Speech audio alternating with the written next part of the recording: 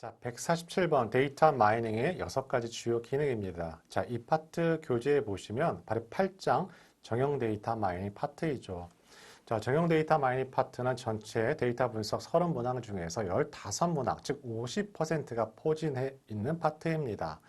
따라서 여러분이 한 번에 우리 시험 합격하기 위해서는 정형 데이터 마이닝 파트를 완벽하게 여러분 학습하는 것이 중요하고, 자, 어떤 출제 포인트가 우리 시험에 출제가 되는지 확인해 보도록 하죠.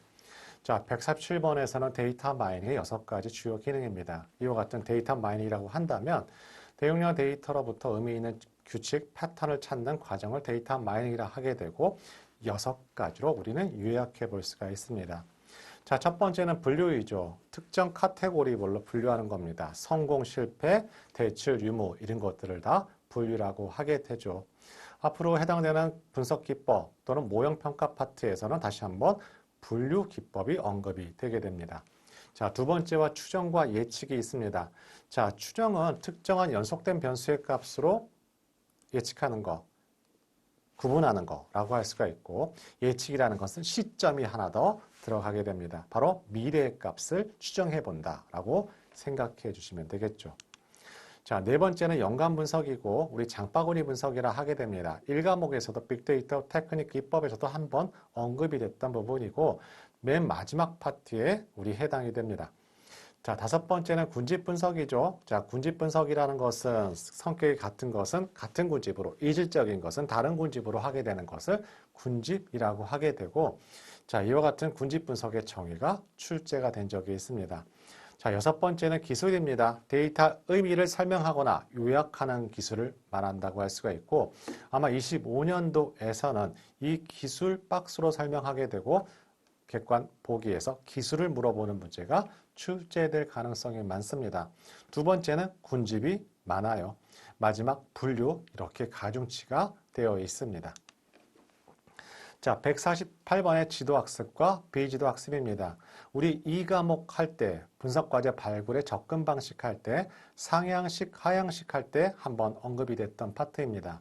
자, 이와 같은 머신러닝 기법, 기기 학습은 학습 기법에 따라서 지도와 비지도로 구분하게 되고, 지도학습이라는 것은 타켓 변수, 목표값이 있습니다. 대출 유무, 성공 유무 이렇게 타켓 변수가 존재하게 되고, 비지도 학습은 이런 타켓 변수가, 즉 목표 변수가 존재하지 않죠. 지도 학습인 일반적인 의사결정 나무, 인공신경망부터 기타 등등 대부분 지도 학습에 해당이 되고, 비지도 학습은 연관 분석, 군집 분석, 주성분 분석이 바로 여기 비지도 학습에 포진하고 있습니다. 시험 문제 출제 유형은 해당되는 사례를 주어지게 되고, 이거 지도 학습인지 비지도 학습인지를 카테고리를 구분하는 문제가 출제될 수가 있고, 2년에서 또는 3년에 한 번 정도의 가중치 파트를 갖고 있습니다. 자, 149번 이와 같은 데이터 마이닝의 주인 5단계 우리 시험 문제 좋아하는 유형이고 2년에 한 번 정도의 가중치 포인트를 갖고 있죠. 자, 순서가 중요한데 문제를 정의하고 데이터 준비하고 데이터 가공, 데이터 마이닝의 기법 적용해서 검증하는 순서를 물어보는 문제. 두 번째는 데이터 가공이 중요합니다. 데이터 가공에서는 목적 변수, 타겟 변수를 정의하는 것이죠. 자, 이걸 물어보는 문제 외에는 출제되지가 않습니다. 자, 145번서부터는 모형평가 파트에 들어가게 됩니다. 아주 중요하고요.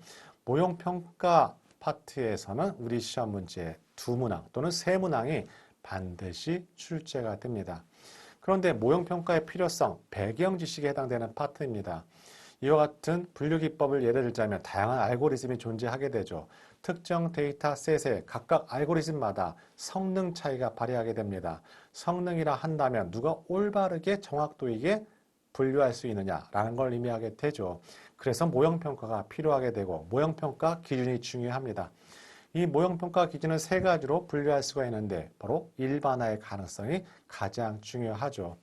물론 학습시키는 학습 데이터에는 잘 정확하게 예측할 겁니다. 물론 분류도 하게 되고 예측도 잘하게 되죠. 하지만 평가형 데이터, 학습에 관여하지 않은 데이터에도 학습 데이터에 보였던 그런 성능을 보여줘야만 하는 것이고, 이런 성능을 보여주지 못할 때 일반화 가능성이 떨어진다 표현하며 다른 말로 과대적합에 걸렸다라고도 표현하게 됩니다. 시험 문제 유형은요, 모형평가 기준이 아닌 것 또는 일반화 가능성을 설명하게 되고 어떤 부분을 설명하고 있는지 일반화 가능성을 찾아내는 문제 외에는 출제되지 않고 있습니다. 효율성이라는 것은 우리 2과목 할 때 KDD와 크리스피DM, 빅데이터 분석 방법론 할 때 말씀드렸습니다. 데이터 모형 구축을 할 때는 적은 변수로 모형 구축을 해야지 일반화 가능성을 높여줄 수가 있다는 부분이라 할 수가 있습니다. 세 번째는 어떤 모형이라도 정확성이 떨어지면 의미가 없습니다. 이 세 가지를 가지고 모형 평가를 판단하게 됩니다. 151번 100% 출제 포인트를 갖고 있는 것이 교차 검증입니다. 교차 검증, 의미적으로 해석하게 되면 우리는 학습 데이터와 평가형 데이터를 따로따로 구분하게 되고 성능을 검증하게 됩니다. 그렇게 함으로 인해서 바이어스가 있는지 없는지도 확인해 볼 수가 있고 일반화 가능성을 담보할 수 있는지 확인해 볼 수 있는 것이 바로 교차 검증이라고 하게 되죠. 자, 이와 같은 교차 검증 방법은 세 가지가 있습니다. 이게 우리 시험 문제 100%입니다. 세 가지 검증 기법, 홀드아웃과 K-폴드와 보스트랩 방법이 있는데 이 세 가지는 서로 말 그대로 순번 따라 출제되고 있습니다. 만약에 25년도에 홀드아웃이 나왔다면 그 다음 회차에서는 K-폴드와 바로 보스트랩이 나올 가능성이 많습니다. 하지만 한 번도 제외된 적이 없기 때문에 이런 문제는 절대 놓치지 않도록 하죠. 그럼 이렇게 학습과 평가형을 구분할 때 홀드아웃이라는 것은 학습의 7, 평가의 30 이렇게 특정 비율별로 단순하게 분할하는 방법을 홀드아웃이라고 하게 됩니다. 그런데 이런 홀드아웃은 단점이 있죠. 하필이면 특정 학습 데이터에 비록 변동성이 적거나 특징이 적은 부분이 할당이 될 수가 있겠습니다. 즉 데이터가 충분하게 확보됐을 때 적합한 것이 홀드아웃 방법이라고 할 수가 있습니다. 두 번째, 이와 같은 단점을 보완하는 것이 바로 K-폴드 교차 검증이고 홀드아웃이 시험 문제 나왔다면 난이도는 하라고 하게 됩니다. 물론 K-폴드나 보스트랩이 나오게 되면 그보다는 난이도는 올라갔다라고 해석하게 되는데 K-폴드라는 것은 주어진 데이터를 여러 개의 하부 폴더로 나누게 됩니다. 이렇게 K개의 하위 폴더로 나누게 되고 이 폴더마다 어떤 일정 하부 집합의 폴더를 검증 데이터라고 하고 나머지는 학습 데이터로 하게 됩니다. 이걸 K번 해서 성과를 평균해서 사용하는 것이 K-폴드고 홀드아웃의 단점을 보완해 줄 수 있는 교차 검증 기법입니다. 즉 해당되는 데이터가 적을 때 아주 많이 활용될 수도 있고 홀드아웃의 단점을 보완할 수 있는 방법인데 우리 시험 문제 출제 포인트에서는 K-폴드에 해당되는 교육 자료의 해석 문제가 출제될 수가 있습니다. 세 번째는 보스트랩 방법입니다. 자, 보스트랩의 출제 키워드는 단순 복원 추출 방법입니다. 복원이라는 것은 한번 뽑고 다시 넣어서 뽑는 방법을 의미하게 되죠. 자, 이렇게 보스트랩 표본 추출 방법을 의미하게 되는데 이렇게 수학적으로 한 번이라도 넣었다 뺐다 하게 되면 한 번이라도 뽑힐 확률이 63.2%고 이게 학습 데이터로 사용하게 됩니다. 하지만 한 번도 뽑히지 않을 확률의 데이터는 평가형 데이터로 하게 되고 퍼센트가 중요합니다. 36.8%라고 할 수가 있겠죠. 그런데 이걸 수학적으로 표현할 수가 있습니다. 자, 만약에 n이 표본 크기라고 할 수가 있으면 한 번도 선택되지 않을 확률을 1-n분의 1이라 하게 되고 그걸 n번 했을 때 한 번도 선택하지 않을 확률을 수식으로 하게 되면 1 빼기 n분의 1의 n승이 되는 거고 바로 이 파트가 우리 시험 문제 보기로 출제될 수가 있는 것이죠. 자, 153번으로 보도록 하죠. 153번은 우리 시험 범위에서 가장 중요한 포인트입니다. 계산 문제로 반드시 두 문항 출제 포인트를 갖고 있죠.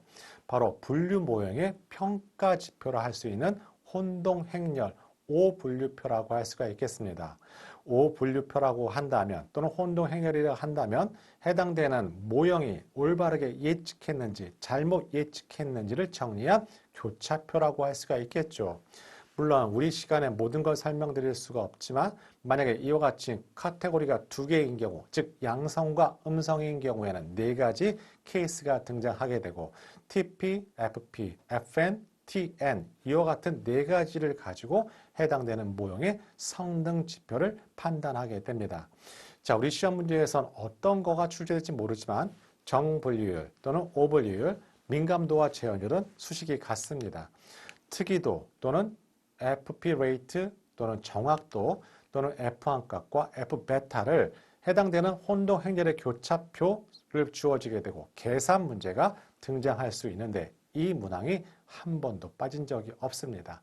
자, 매 차시마다 이런 산수 문제가 두 문항이 출제가 된다는 말씀 다시 한번 드리도록 하고 올바르게 해석할 필요가 있습니다. 특히 F1이라는 것은 프리시전과 리콜의 조합 평균이고 F베타라는 것은 베타 값이 1보다 클 때는 재현율의 가중치를 두고 베타가 1보다 작을 때는 정밀도의 가중치를 부여하는 방법입니다.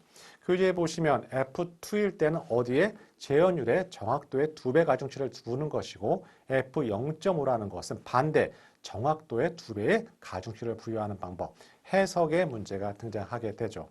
좀 더 구체적으로 요약하자면 F1 값은 계산 문제로 주어지게 되고 F베타는 해석의 문제가 등장하게 됩니다. 카파 통계량이라는 것은 해석의 문제가 등장하게 되는데 두 관찰자가 측정한 범주 값에 대한 일치도를 측정하는 방법이 바로 카파 통계량이죠. 하지만 여기서 말씀드리는 해당되는 혼동 행렬의 평가 지표 값은 너무나 중요하고 여러분이 결코 합격, 불합격을 떠나서 우리 시험 문제에서 틀리지 않도록 합니다. 자, 154번 역시 분류 모형의 평가 지표입니다. 분류 모형이라 한다면 타겟 변수가 카테고리로 되어 있는 형태를 의미하죠. 성공, 실패 또는 특정 질병의 감염, 유무 다 모두 다 분류 모형이라 할 수가 있겠습니다. ROC도 역시 해당되는 데이터가 양성인지 음성인지를 판단하는 평가 지표라고 할 수가 있겠죠. 자, 이와 같은 ROC 곡선은요, 민감도와 1- 특이도의 관계로 되어 있고 그 관계에서 임계값에 따라 시각적으로 표현한 값이라고 할 수가 있겠습니다.